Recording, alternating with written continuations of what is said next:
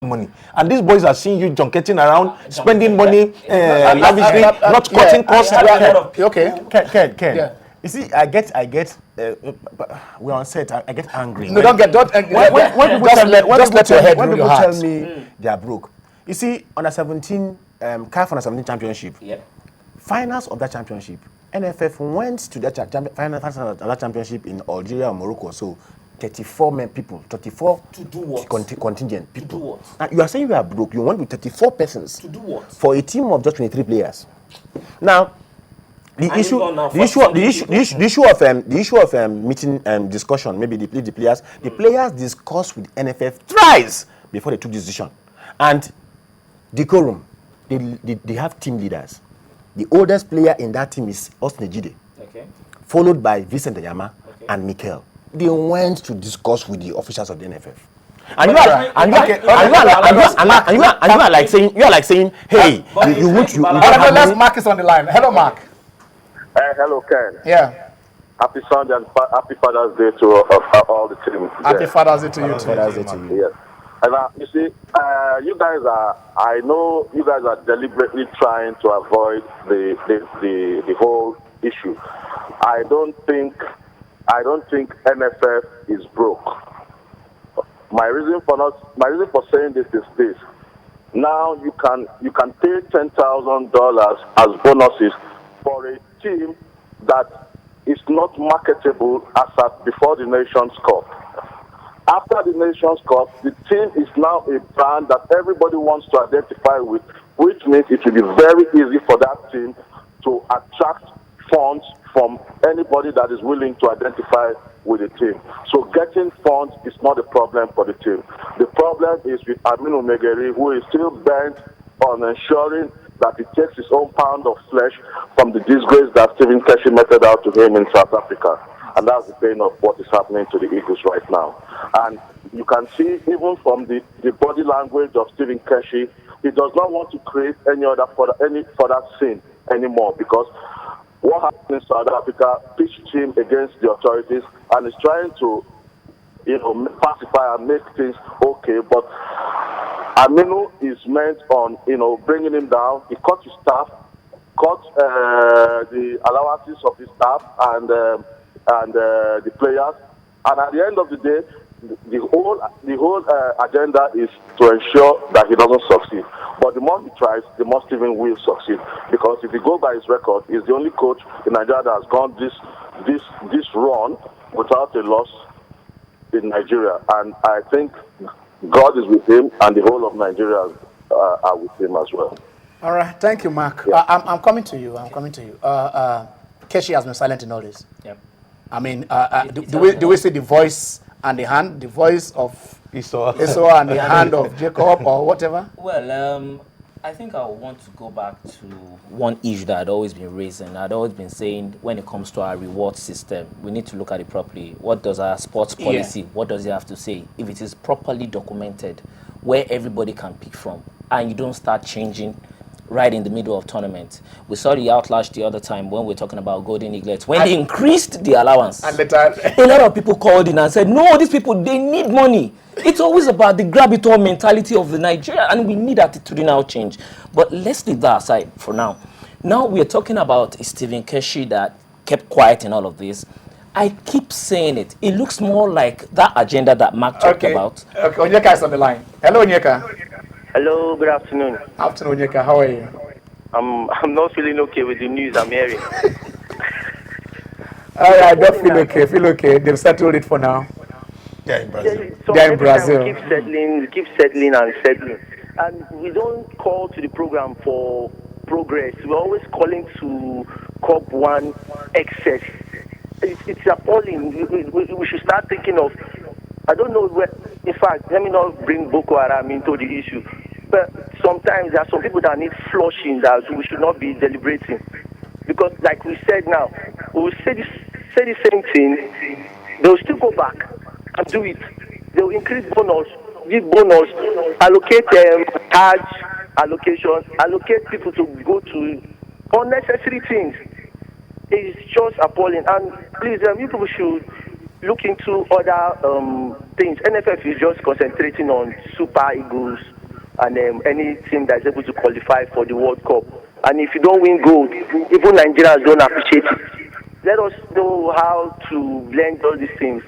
Then it's not until there's a cup tour that some people can come and brand it. We have people that should be proposing to them. It should not be when NFF says they need money, then the federal government will come in. The federal government should give them an outline of what they need them to do. Then they should be able to give us a report quarterly, but in 6 months' time that we've been able to do this, we've been able to do that. Then from there, we'll know if we are really progressing. Because we don't even know how much was given to them, what they gave it to, and what they spent it on, and now they're telling us they are broke. We don't even know how much was the income from the Nations Cup, how much Glo gave them, all the land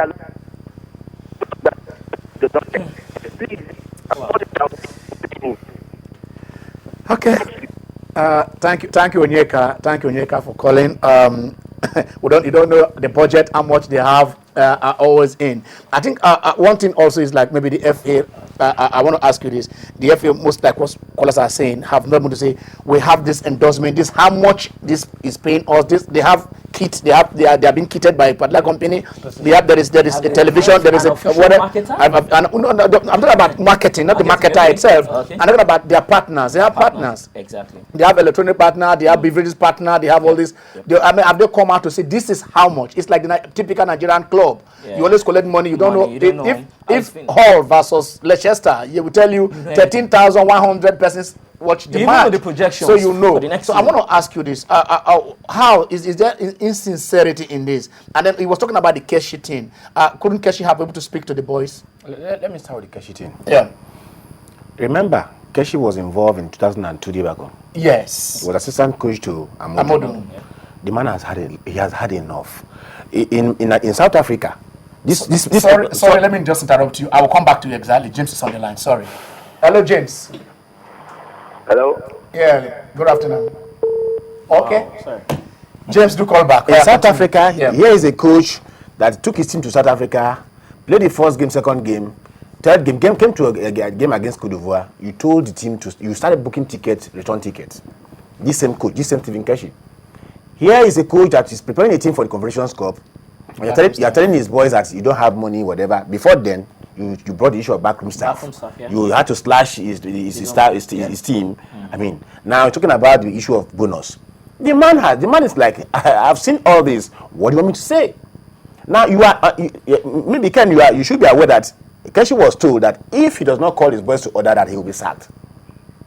Maybe presently. Yes. Maybe the man is saying, okay, let us see the outcome of all this, and you sack me and give me my money. I have a contract, you know. So let's leave Keshi out of this. The man has had enough of heat, for God's sake. I'm talking about an ex-international who has also gone through all this in the past. Now back to the issue of do we have endorsement and all that and transparency.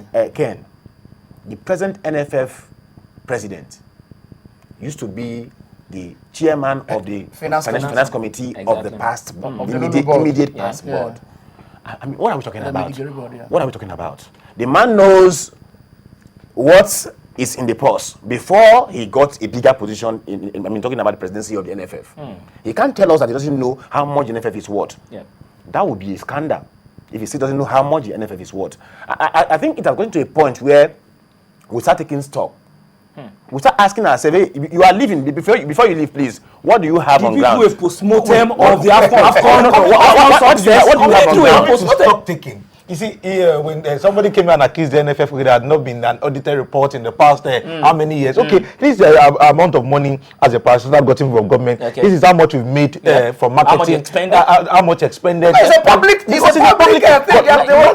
Nobody gives us account of anything. And every time we go back to the president, Rotimi. Sad. Rotimi, how are you? I'm fine. Yeah. Hello. Go on, Rotimi. Hello. Go on, you are on. Okay. Thank God that I'm able to get through to you today. I was watching you last week when you were debating on this issue. Another issue entirely. But today, let me make a quick comment about what you are saying. In Nigeria, we are always trying to be all in all in knowledge, which I think is very, very wrong. This issue of footballers, we should just take them as we ourselves. If you are in a company, you are promised to get so. At the end of the day, after working very hard, you didn't get it. That was what happened in Kenya. And before we start commenting on this boy's behavior, we should try as much as possible to get through to even one of them and ask them what is really going on over there. You cannot blame these boys for asking for anything. You cannot blame Stephen Keshi too as a leader of the team. At least as a leader, he's a father to many of them. This man has to defend them when it comes to the issue of sitting around the table with NFF or what they are called. These people are just over there looking for what they will hear, not what they will do for Nigeria. And these boys are playing football for Nigeria. Maybe after 3 or 4 years now, many of them will be at their home, sitting down. No source of income again. And if you have been looking at what has really been happening in Nigeria, especially to footballers, it is when you are learning that people are watching and they are looking at, they are hailing you. Immediately you are off the field, they will forget you totally. So they should be able to make anything they want to make now when they are learning. So it's a matter of contract. Give me so, I will perform so. And the only way they can stop people from just making them indirectly is by showing it when it is about time for them to play football. If they didn't react like this, maybe they go to Brazil and play the football and they are now asking NFF. They will just be promising them, please, when later, we will settle you. Go and ask Okosha. Go and ask Kano and Co. The money promised them during 94 Nations Cup, the land, the house, have they given them? So these people are learning from what that has been happening to the former footballers. So I support them totally. If they can just boycott the match, let them do that. Thank you. Thank you, Rotimi. Okay. I want to. Let the sorry, it's our guest. Sorry, Jimmy. I just want to react to what Rotimi said. Yes. About maybe probably have we reached out to these boys. Vincent Ayama said, we have an agreement with the NFF. Yeah. And the agreement is $5,000 for away win. Yeah. Now, you didn't give us this money. We should be able to get what we are. We're talking about the captain as it were, because Yobo is no more there. It's not there. But the NFF said they were broke. That's why they were doing all this. Now there's no more money to pay. Let's get back to the issue of him. This issue of him broke. Yeah.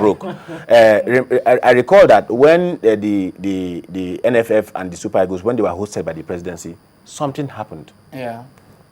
But those were gifts to the boys. No, Ken, I'm coming. Something happened. Because we're almost closing. Yes, something happened. Yeah. And what happened was, okay, fine, the players got gift and all that money. Yeah. Now, the NFF also were hosted by the team were hosted by Globalcom and others. And some of these companies are also sponsors of of the NFF or Nigerian Football everywhere. So the money generated from all this, where is the money? They were gifts, not for running of the association. Can I remember in 2006? In 2006, Falcons went to South Africa and won the 2004. In AWC. They were carried in that. Not even that. Africa. Okay, when they won the championship, they were not giving their bonuses, and that was what led to Kikele exit from the national team. Okay. I think anybody who does any player who does use our voice against the team is blacklisted. Trying to hold the nation to but at the same time, the administrator should do the right It's a thing. pleasure having them in the house. I tell you, we could go on and on. It is Channel Sport on Sunday. Jimmy, thank you for being here. Hear me? My pleasure. Desmond, Thank you so it took much. 3 weeks to get you here. Wow. We shall get you back again. It's been Channel Sport on Sunday, and for those of you at home who have called in, wonderful. I want to say thank you to Rotimi, you called in from Ibadan, Onyeka, Mark and Solomon, you called in from Lagos, and yes, James, you tried calling from Ijebu. Maybe next week your call will come through. Until we reach you next week again, I remain Ken Ochonogo. Have a blessed Sunday.